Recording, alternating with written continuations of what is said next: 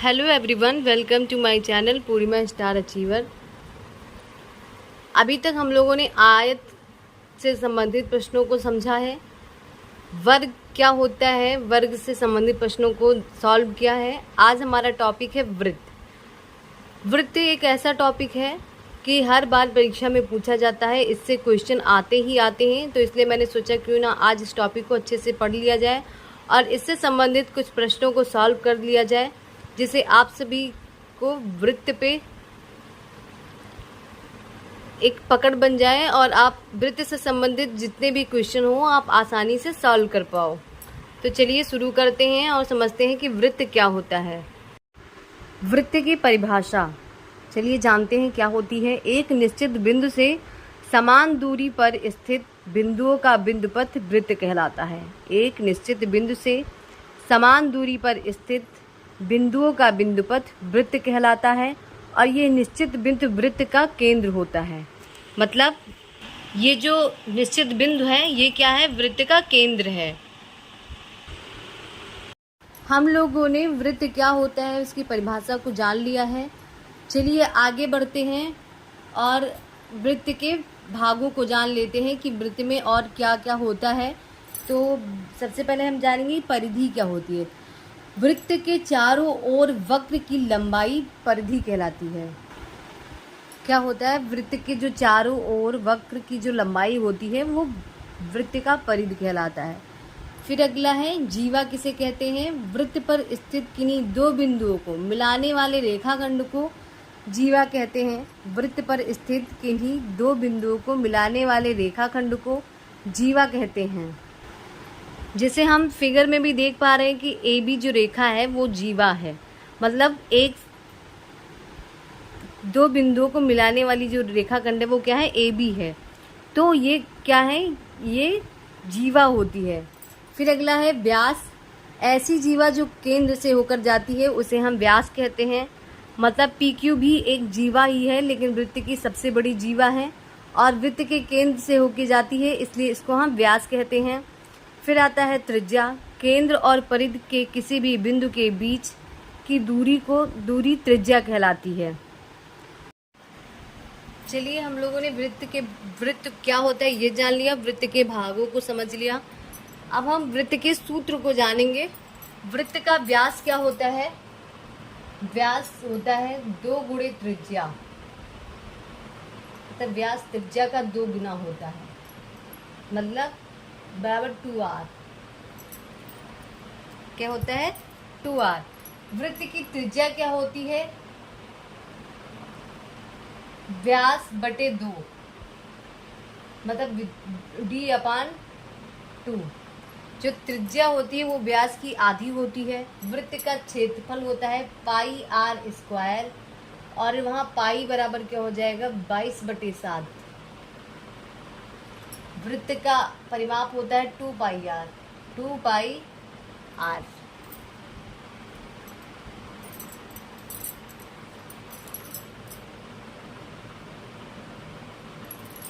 πr² वृत्त का क्षेत्रफल हुआ, वृत्त का परिमाप 2πr।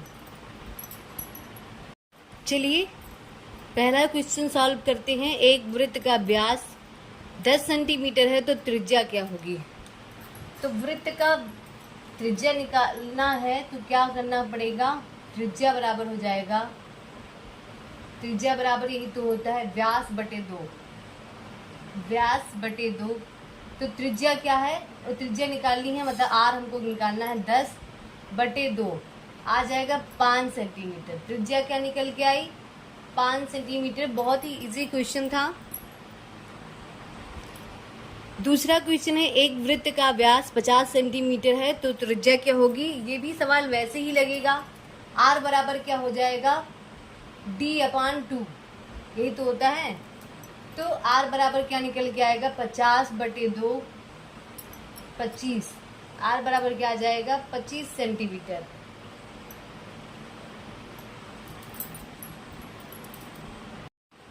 चलिए आगे बढ़ते हैं और तीसरा क्वेश्चन सॉल्व करते हैं। एक वृत्त की त्रिज्या 15 सेंटीमीटर है तो व्यास क्या होगा।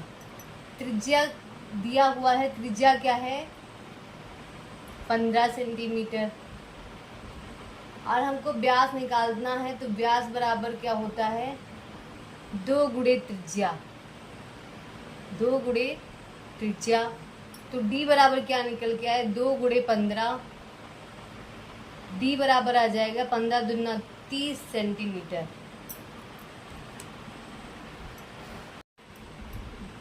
चौथा क्वेश्चन है, एक वृत्त की त्रिज्या 7 सेंटीमीटर है, तो वृत्त की परिधि क्या होगी। तो वृत्त का परिधि बराबर क्या होता है, परिधि बराबर होता है 2 पाई आर, 2 पाई आर।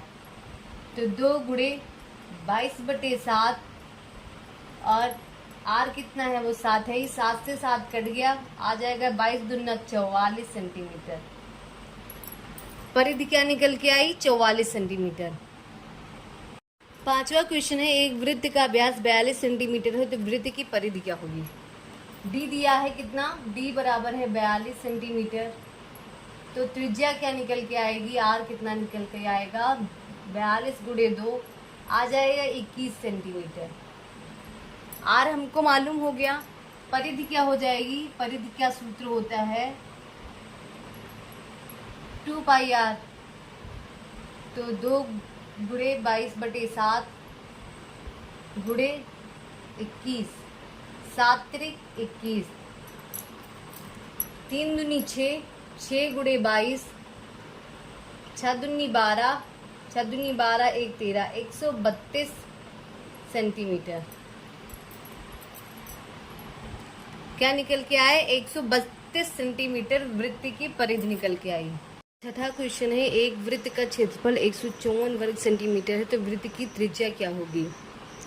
पूछ हमसे क्या रहा है, वृत्त की त्रिज्या। तो क्षेत्रफल दिया है, तो वृत्त का क्षेत्रफल क्या होता है, वृत्त का क्षेत्रफल बराबर होता है, वृत्त का क्षेत्रफल बराबर होता है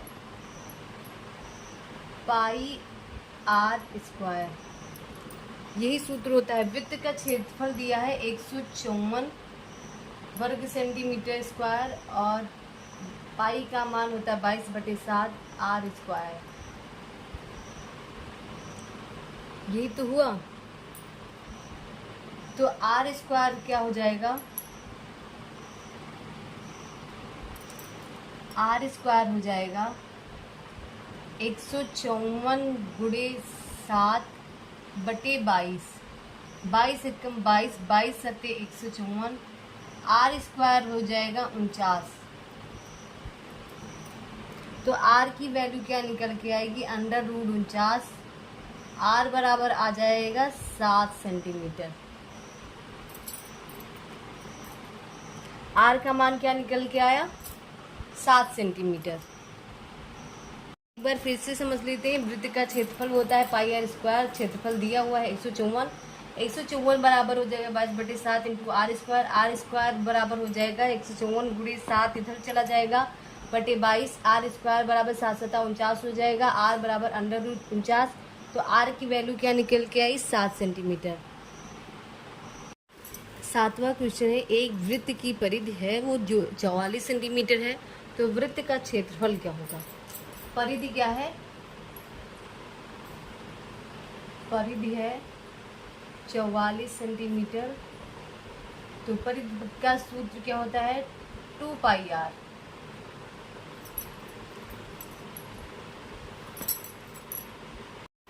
आठवां क्वेश्चन है, एक वृत्त की परिधि 44 सेंटीमीटर है, तो वृत्त का क्षेत्रफल क्या होगा। तो परिधि बराबर क्या होता है, परिधि बराबर होता है 2 पाई आर। परिधि कितना दिया है, 44 सेंटीमीटर। 2 गुणे 22/7 इंटू आर, यही तो आर बराबर क्या हो जाएगा, 44 गुणे 7 गुणे 22 गुणे 2।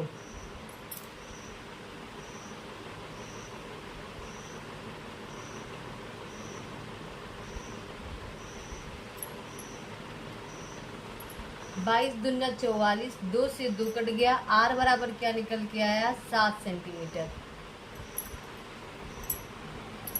तो क्षेत्रफल बराबर क्या हो जाएगा, क्षेत्रफल बराबर हो जाएगा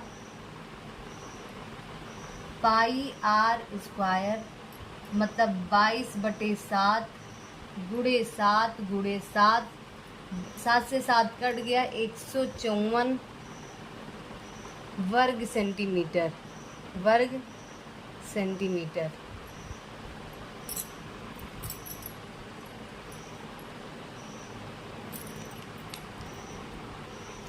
परिधि बराबर होता है 2πr। परिधि दिया हुआ है 44 सेंटीमीटर बराबर 2 गुणे 22/7 इंटू आर। आर बराबर हो जाएगा 44 गुणे 7 बटे, ये नीचे आ जाएगा 22 गुणे 2, 22 दूना 44, 2 एकम 2, आर बराबर 7 सेंटीमीटर। तो क्षेत्रफल बराबर होता है पाई आर स्क्वायर 22/7 गुणे 7 गुणे 7, 7 से 7 कट गया, 22×7 = 154 वर्ग सेंटीमीटर हमारा आंसर निकल के आया। 8वां क्वेश्चन है, एक वृत्त की परिधि 88 सेंटीमीटर है, तो वृत्त की त्रिज्या व क्षेत्रफल क्या होगा? तो वृत्त की परिधि बराबर होता है, परिधि बराबर होता है 2πr। परिधि कितना दिया? 88 सेंटीमीटर, 2 गुणे पाई का मान 22/7 इंटू आर। तो आर बराबर हो जाएगा 88 गुणे 7 बटे 2 गुणे 22।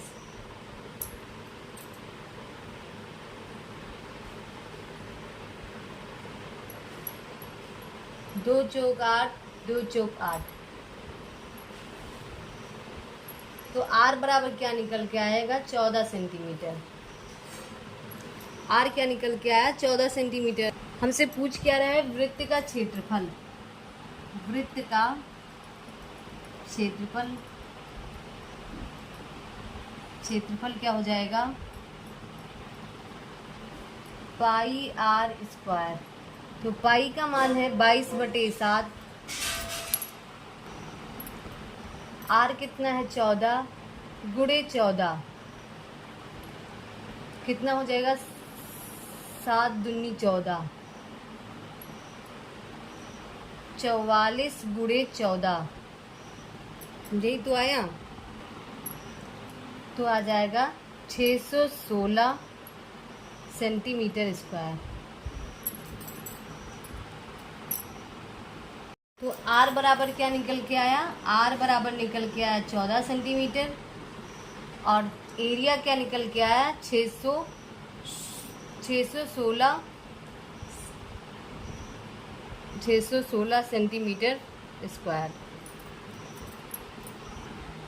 आर बराबर 14 सेंटीमीटर और एरिया बराबर क्या निकल गया? 616 सेंटीमीटर स्क्वायर।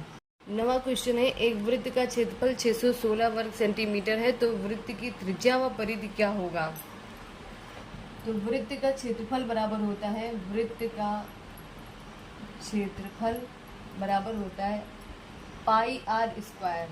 क्षेत्रफल क्या है? 616, पाई का मान होता है 22/7 गुणे आर स्क्वायर।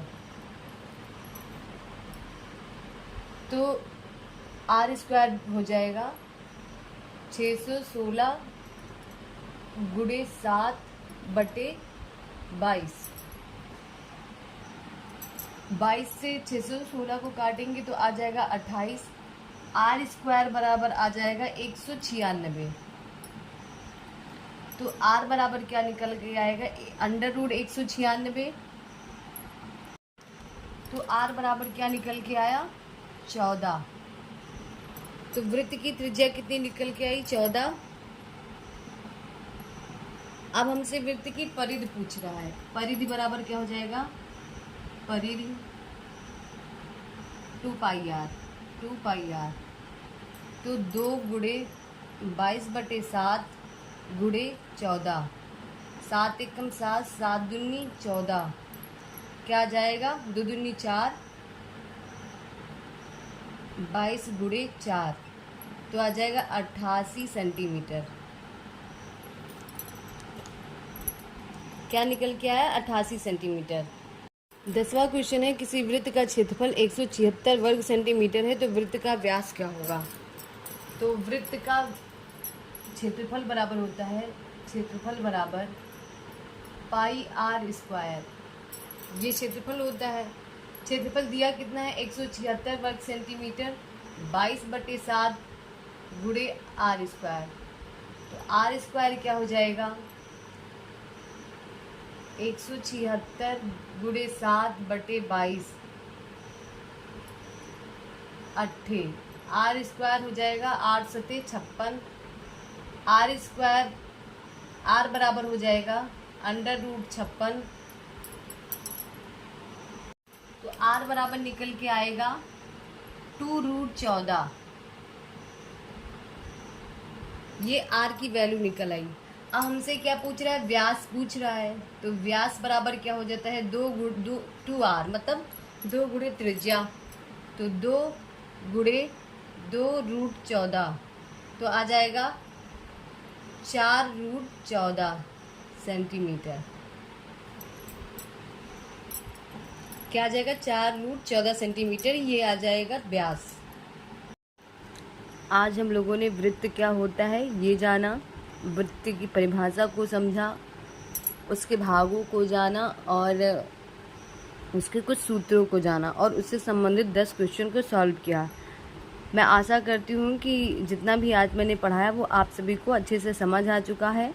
और मैंने अगर 10 क्वेश्चन करवाया है तो आप ऐसे ही 10 क्वेश्चन और सॉल्व कीजिए, मतलब जिससे आपकी प्रैक्टिस कंटिन्यू होती रहे। ज़्यादा से ज़्यादा प्रैक्टिस कीजिए। अगर कोई एक क्वेश्चन आपको बताया जाए तो आप उससे संबंधित 10 क्वेश्चन और सॉल्व कीजिए। तो अगर आप ऐसा करेंगे तो आपकी पकड़ उस चीज़ पे बहुत अच्छी बन जाएगी। तो ऐसे ही मेरी वीडियो को पाने के लिए मेरे चैनल को सब्सक्राइब कर लीजिए, बेल आइकन प्रेस कर लीजिए, जिससे मेरी वीडियो की नोटिफिकेशन आप सभी तक पहुंचती रहे। मेरे वीडियो को लाइक कीजिए, शेयर कीजिए और कमेंट करके ज़रूर बताइए कि आप सभी को मेरा वीडियो कैसा लगता है।